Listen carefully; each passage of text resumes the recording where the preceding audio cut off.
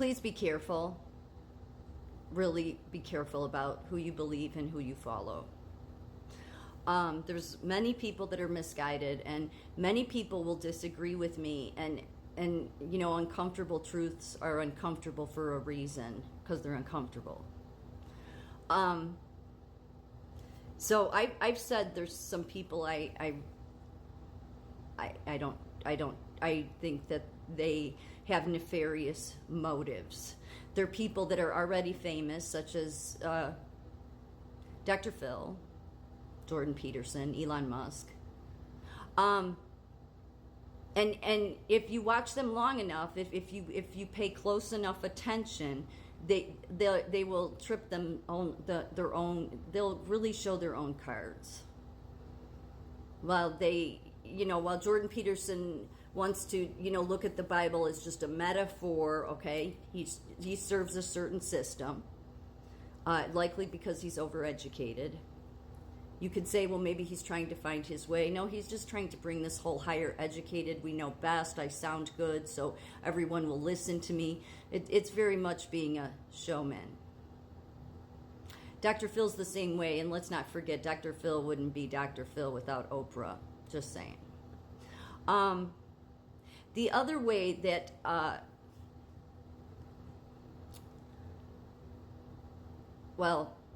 falsities have come in is through different religions. And again, you're welcome to believe what you want. Just make sure that what you're believing is really the truth, because if you want to know what the real truth is, it's pretty obvious to see that they'll accept Buddhism.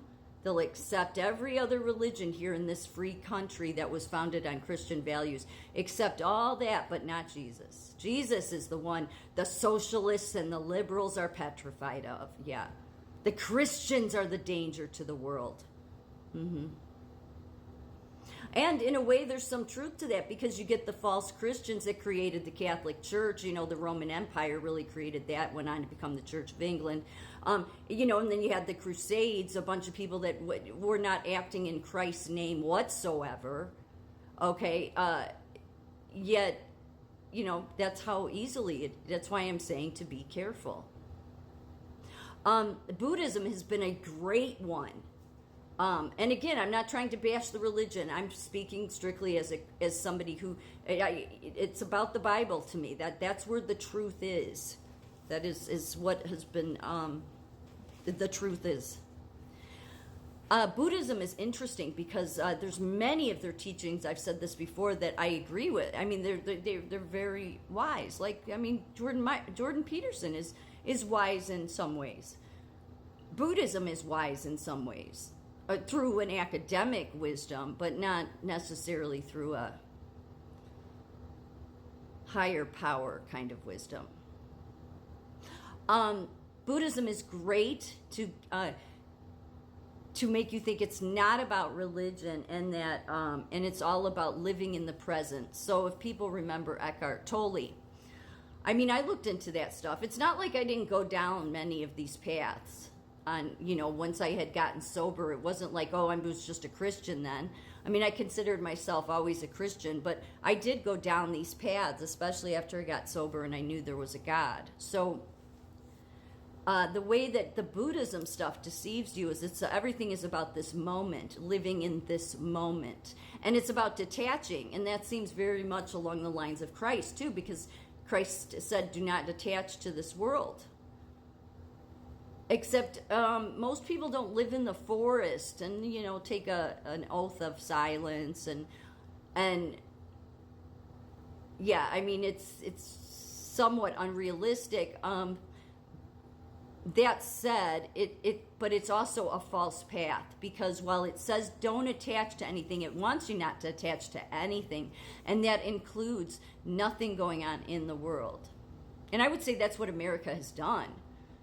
And now that America is waking up, you're getting these nefarious people that seem on the surface that they are about if I have to see one more video about how wonderful Elon Musk is, this includes Trump.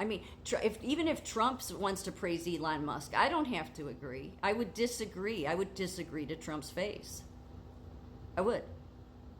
I wouldn't have a problem doing that. Trump is not God. That's just the truth. Elon Musk shadow bans.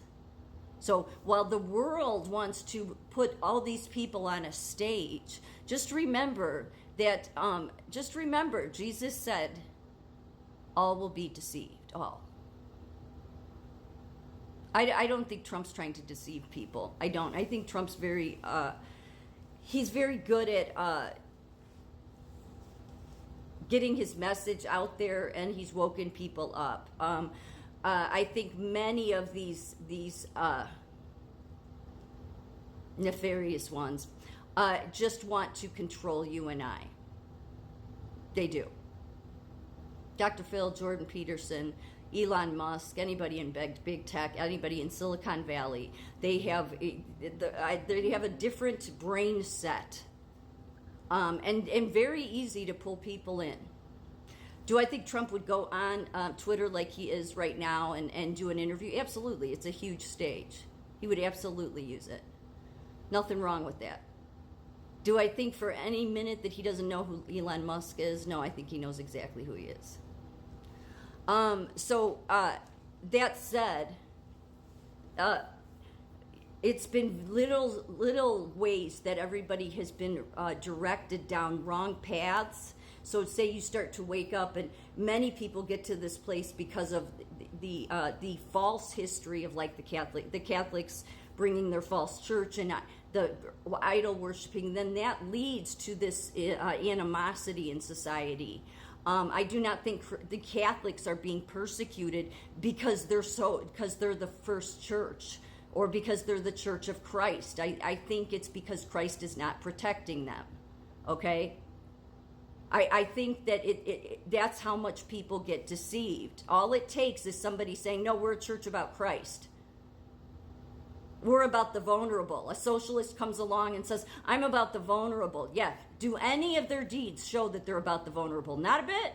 Not a bit. And yet a lot of the stuff they say doesn't make sense. I mean, what has Jordan Peterson been doing how many years now? Ever since Trump got in. Or was in. That's when I noticed. I mean, he was always big. I mean, I've watched many when he was back just being a professor in Canada. And people, that's when he became very famous, because he's psychology, and much of his stuff made sense. So I don't want to take away from any of that.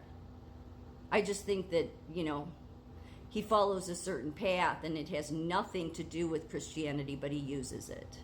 He uses Christianity. But only in a metaphorical kind of way. That's why I liked the interview with John Rich, because I think John Rich was really,